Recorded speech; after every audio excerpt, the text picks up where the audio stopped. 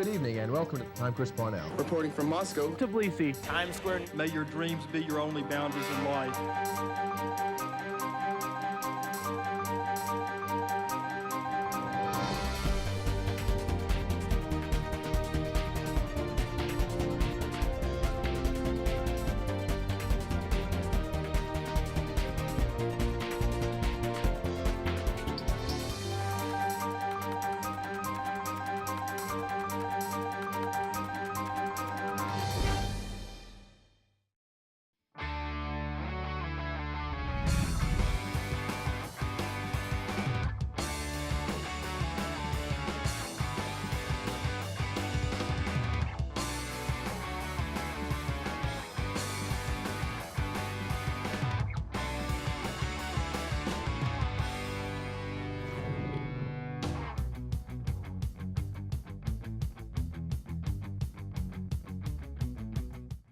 Hello and welcome to this week's edition of GHS-TV's award-winning talk show, Crosstalk. I'm your host, Raneem Imam.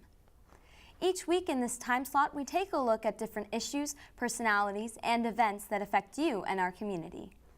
It's an exciting time of the year in Memphis. Calendars are filling up with art, cultural, and food festivals throughout the spring, summer, and fall. Starting with Memphis in May, our festival season is one of the best in the nation. This week, we will explore just a handful of these festivals and concert series around Memphis. We'll talk with representatives from Memphis's Italian and Greek festivals, the Levitt Shell, and Live at the Garden. But first, I'm excited to welcome Susan Elliott from Memphis in May to our set, as well as Melba Fristic from the Germantown Festival. Thank you both for joining us today. We really appreciate it. Ms. Fristic, we'll start with you. Okay. Germantown Festival is the oldest festival in our Memphis area. How did it start? Well, this started about, this is our 45th year, so it started quite some time ago as a way to show off Germantown. At that time, the developers were out here building these lovely homes in the wilds of Germantown, and to get people to come this far east was a chore. So we started a festival umpteen years ago to show off what Germantown has to offer, and it started in an area down where Methodist Hospital sits right now called the Pines. We'd have strolling musicians, a few foods attractions, a few arts and crafters, and it was just a way for people to get out and enjoy the day. Had buses that brought people out from MUS school all the way to Germantown. And today we've got a 2-day event that draws more than 60,000 people on a weekend. And you and the vendors are out there, rain or shine. Oh yes, this is a 2-day event. The city gives us use of the park the weekend after Labor Day every year.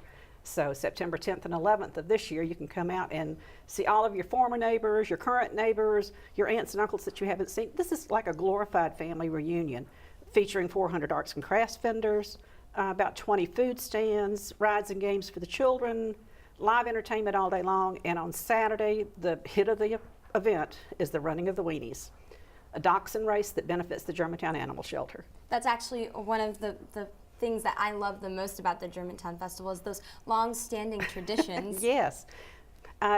One of the biggest compliments I get, people will come out and say, oh, I enjoyed this as a child, and here I have my children coming to see it, and that is a huge compliment.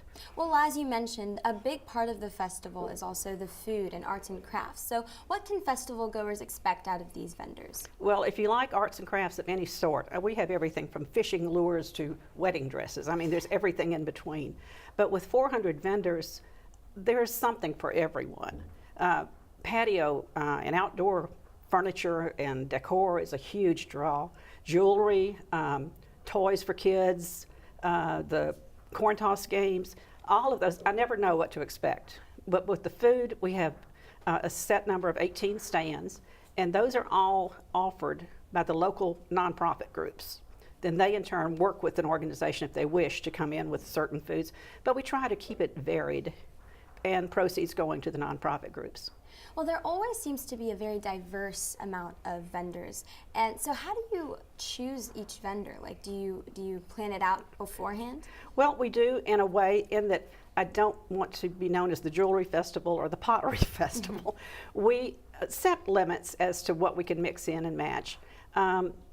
There's not a set organization like in Walmart where you're walking down the jewelry aisle or the furniture aisle, but we try to keep it all mixed so that people will go and spend time strolling around, then come back the next day and stroll around some more. Do you try to expand the amount of vendors you have each year? We're more or less set with what we can do with our geographical location. We can't put any more acreage in the park out there.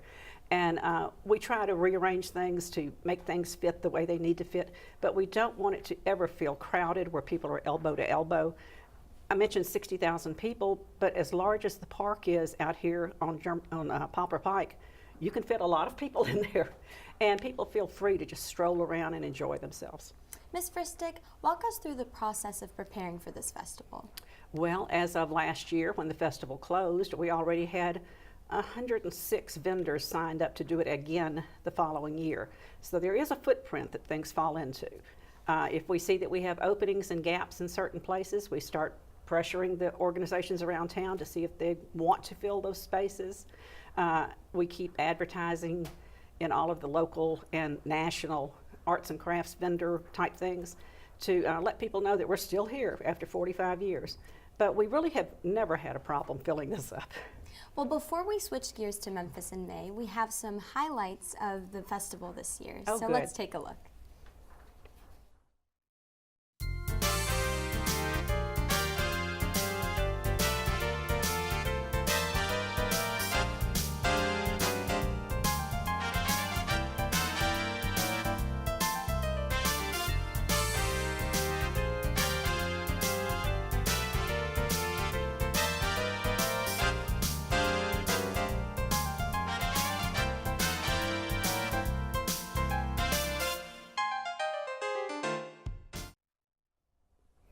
Well, Ms. Fristic, we are so excited for 2016's Germantown Festival, but opening this weekend is Memphis in May, which is the biggest festival in our Memphis area. Yes, the official festival for the city. And you know, you're switching things up this year. You've added a lot of new events. Well, we have our standard bookends for the festival. People think of Beale Street Music Festival, which opens our month-long activities each year, and that's how you know it's May, because Beale Street Music Fest has arrived. And we have our World Champion Barbecue Cooking Contest. This year, our new event, we're so excited, for 901 Fest and the Great American River Run. And those will both take place on Saturday, May 28th of Memorial Day weekend.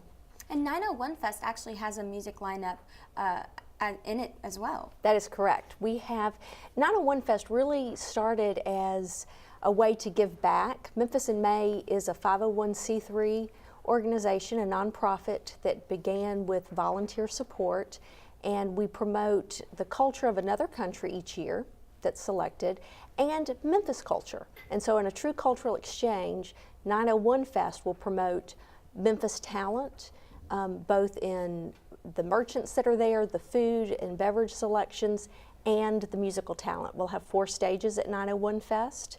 And with our aeronautical tradition, we'll have a flyover and a firework finale. Well, as you mentioned, you honor a country each year at the festival. And this year you picked Canada. Correct. What made you choose them? There is a very studied process. Canada was a natural to revisit. In our 40-year history, we have only honored 3 countries more than once, and Canada is one of those. It was first honored in 1978. Canada is our country's largest trade partner. So it is a perfect fit to come back in 2016 to honor them again with not just the economic development portion, but the great rich cultural exchange that we have. They are our neighbor to the north, but they are definitely not the 51st state. There is so much rich culture in what is the largest country on this continent. Well, Miss Elliott, Miss Fristic, thank you so much for being on set with us today. Unfortunately, we're out of time. Thank you for having us. Thank you. If you would like more information on their festivals, head over to memphisinmay.org and germantownfest.org. When we return, we'll switch our focus to music and 2 of the most popular music series in our city. But first, here are some highlights from past Memphis in May festivals.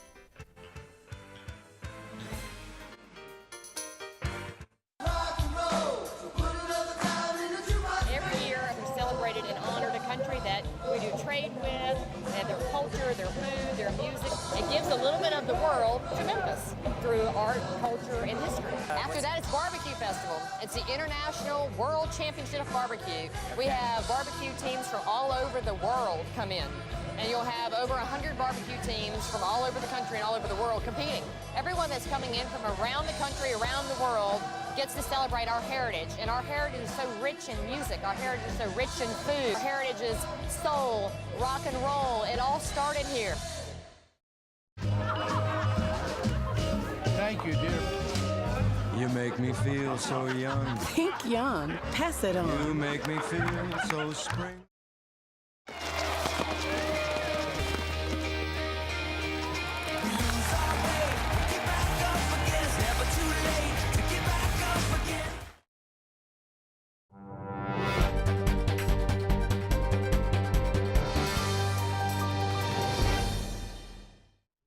Welcome back to this week's edition of Crosstalk. I'm your host, Raneem Imam. This week we are exploring many of the wonderful festivals and summer concert series around Memphis. Joining me now is Cindy Cogbull of the Levitt Shell and Sherry May from Live at the Garden. Thank you both for coming on our show today. We're so excited to have you. Thank you. Well, the much anticipated lineups for both of your music series have recently been announced. So Ms. Cogbull, tell us about the Levitt Shell lineup. Well, we're pretty excited because we're just now finishing our first major renovation since we opened 8 years ago. So we're opening up on June 2nd, and we're running the whole summer every Thursday through Sunday, June 2nd to July 31st, and then we'll come back in the fall. But we've got some really fun surprises in there. We've got the Steep Canyon Rangers, which are Steve Martin's backing band. We've got a really fun opening with the Soul Rebels and the Bill Street Flippers. It'll be fun to see how they utilize the hill with their acrobatic events. A lot of bluegrass, singer-songwriters, world music. We really try to keep the music lineup in both seasons as diverse as possible because we want to offer someone to everyone in Memphis. So what do you usually look for when you're trying to find talents for the summer series? That's my favorite question. A lot of energy. That is a big space to fill. I mean, 5,000 to 6,000 people looking on you at all times, and there's not a fourth wall. You know, we don't have a partition between the audience and the performer, so they've really got to be a tangible, energetic soul. They also have to be able to keep 90 minutes of a continuous performance. So that's a lot of endurance to ask from someone, as well as we always ask that they're family friendly. We're a family friendly environment. We're here to promote community through music and education. So we ask for a lot of energy and a lot of discernment in what you put on the stage. What's so great about the Levitt Shell is that the whole concert is free admission. So how do you maintain that? How is this possible? Through really, really, really good audiences. A lot of it comes from the donations that are put in the buckets that are passed around during the shows. We also offer sponsorships per show and per season. For the last few years, we've had a title sponsor. Orion Federal Credit Union has been our title sponsor for 3 years. We're so grateful to them. We also do grants and donations on a daily and quarterly basis. Well, the history of the Shell is remarkable. It's been around for 80 years. It has. September 13th, we're celebrating our 80th year in Memphis with some markers that will be put and it'll be open to the public. Some really fun music lineups to be announced for that one. Ms. Cogbull, can you tell us about Preservation 50? Yes.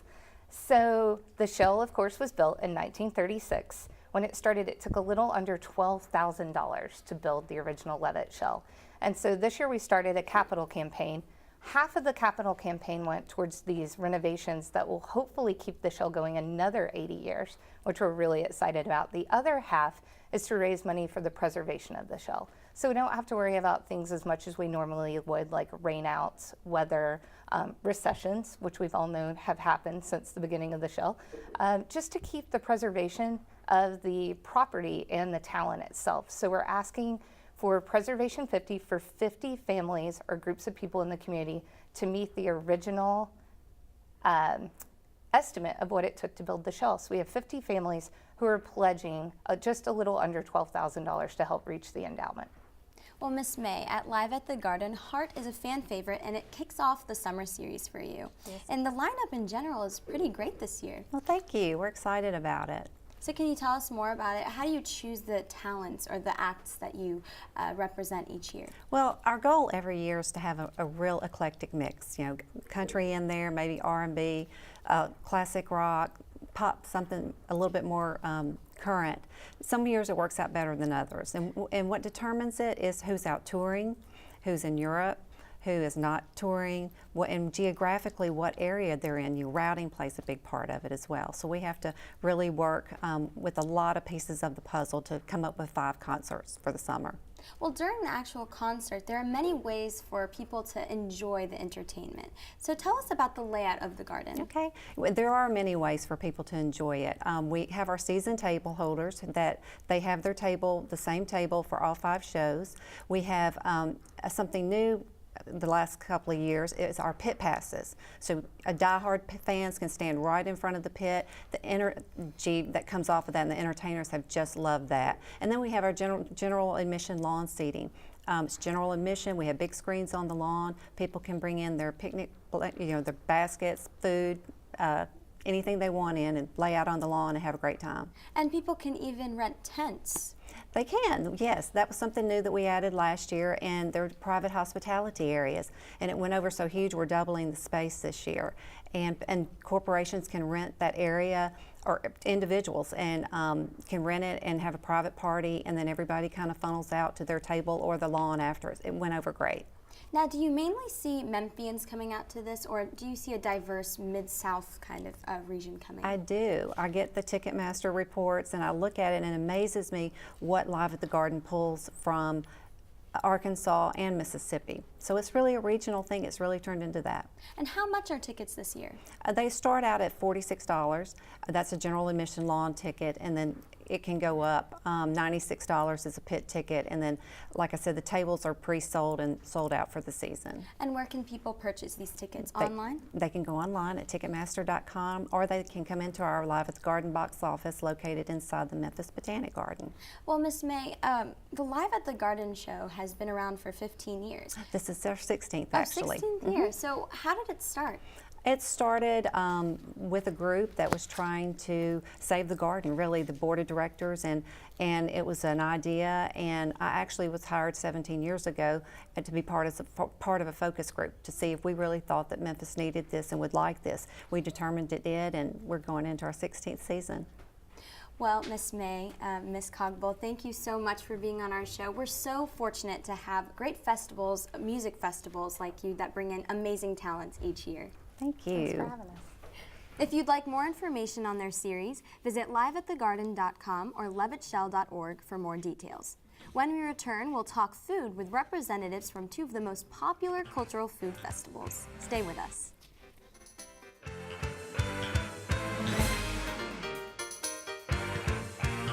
There's a meaning no one knows, waiting to be set free. So what's the empty suitcase for? The grand prize trophy.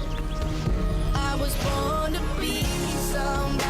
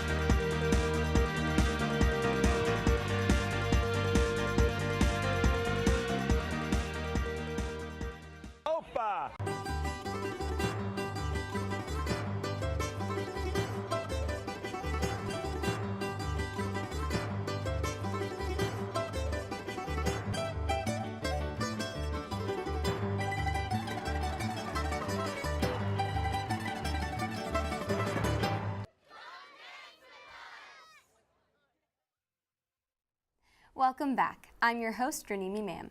This week we are highlighting just a few of the Memphis festivals happening over the next few months. If you love Greek and Italian food, then you probably recognize the festivals in that video insert we just played. We are excited to have with us Kathy Zambellis from Greek Fest and Paul Volpe from Italian Fest. We are so glad to have you on set today. Thank you so much. Thank you for having us. Thanks for having us. So both of your festivals are extremely popular every year. Ms. Zambellis, tell us about the Greek Festival and how it started. You know, it started as a little pastry festival 58 years ago, and now it has turned into be one of the Mid-South favorite festival, and we'll be having it next weekend on May 6th and 7th. And Mr. Volpe, how did the Italian Fest start? Well, go all the way back to 1990. We were a very small parish event. We wanted to be like the Greek Festival when we grew up, and so we started there, and then Memphis in May approached us when they were honoring Italy about becoming an official part of the Memphis in May process that year. So that's when we moved to Marquette Park and became kind of a much bigger and citywide event. So you guys are competitors? No, I think we kind of work hand in hand together. Because we're not really the same weekend, so we always kind of feed off of each other. Well, what's great about both of your festivals is the food. It's always amazing, year in and year out. Ms. Zambellis, what's the menu like for Greek Festival? Well, we have a lot of wonderful things on our menu. In our dining hall, we have like chicken riganato and our souvlaki, which is the pork tenderloin, and we have lamb shanks, which has been new the past couple of years. And then outside we have a huge tent, which is called an agora, which is a marketplace where we have several vendors that have various items because it's Mother's Day weekend, and we have jewelry and things like that that people can shop. And then we have like gyro and Greek pizzas, and the kids are doing like ice cream with baklava sundaes on top and some other things like that as well. And then we have a drive-through that people can get. And then this year, new to us, we'll be doing a chef shuttle with people who can't come. They'll also be able to call and get chef shuttle to deliver to their home or office. And if the festival goers like any of the foods, they can even buy a cookbook. They can. We have wonderful recipes that have been put together from just wonderful ladies for over the years, and it's a Greek to Me cookbook, which also is a great Mother's Day gift. Well, Mr. Volpe, what about the Italian Fest? What's the food like? Well, we offer a variety of different ways to enjoy Italian food. We start with a chef demonstration tent where chefs from around the area prepare foods, and guests can sit in and actually partake in tastings of different Italian dishes there. We also operate a small restaurant that's this year will be hosted by Dino's Grill, so you'll have a plated dinner in that environment. We also have Luigi's Hideout, which is kind of more of a buffet area where you can eat. And then we have your standard vendors, the Garibaldis, the Colettas, etc., that offer more truck trailer type festival fare. Well, there are also traditional contests to participate in the Italian Festival. Tell us about them. Absolutely. We on the traditional end, we have a grape stomping contest every year, which is a lot of fun.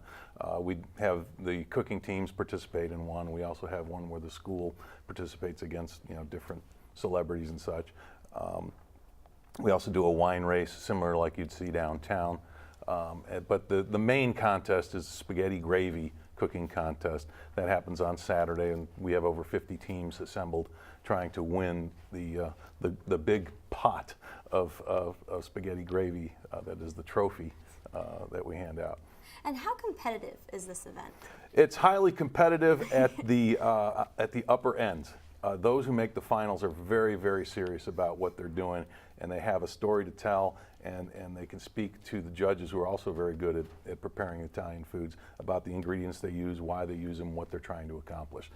Then you have kind of the fun end of the cooking contest, and those folks really just there to have a good time and enjoy the outside atmosphere.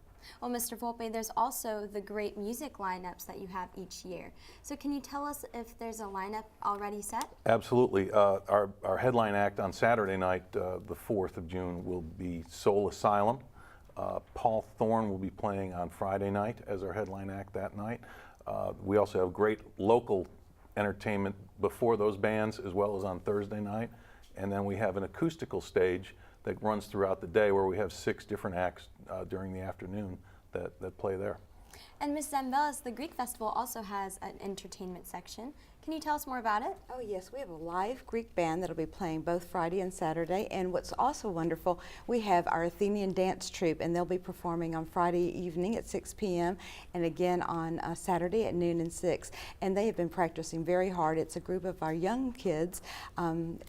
Also, we have seniors and juniors, and they're in authentic Greek costumes, and they'll be dancing several of the dances from Greece. What other things can we expect from the Greek Festival this year? Well, we have church tours going on, and we want people to go into our sanctuary because it's one of the most beautiful churches, I think, in the Mid-South, and learn a little bit about our Orthodox faith. And we also have a little shop there. Then we have things of the icons and just various things about our Greek Orthodox faith. And then of course we want people to embrace being Greek, and we want them to get out on the dance floor, and that way they work off a little bit of the Greek food, and then they dance a little bit so they don't have, Greek guilt is what we call it. And then we have a big taverna, and that they can taste some of the wines and some of the other foods that we have in that area as well.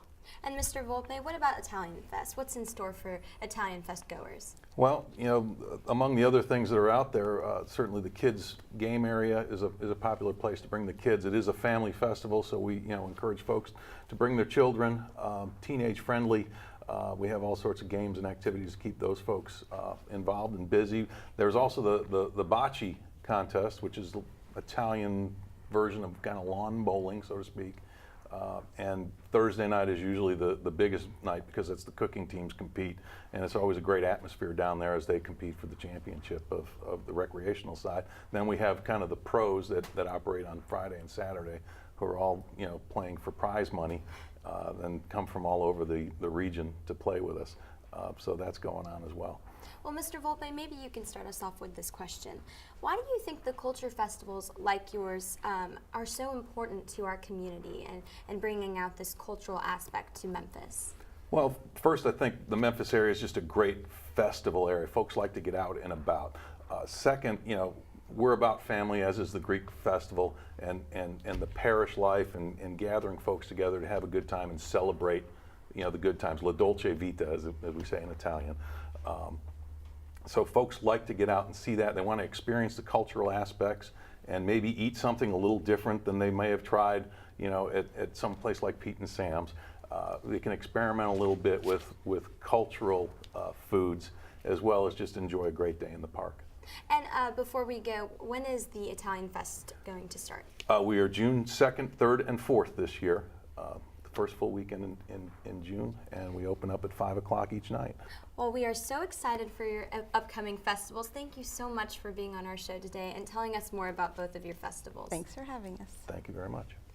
For more information on their festivals, visit memphisgreekfestival.com and memphisitalianfestival.com. Remember, Crosstalk can be seen each week at 9:30 a.m. and 7 p.m. on Mondays, 9 a.m. and 7 p.m. Thursdays, and 7:30 p.m. on Sundays. For more information on our programming, please check us out on the web at GHS-TV.org, where we're streaming live 24 hours a day. You can also check us out on Facebook and Twitter. I'm Raneem Imam. From all of us at GHS-TV, thank you for watching Crosstalk, and I hope to see you again.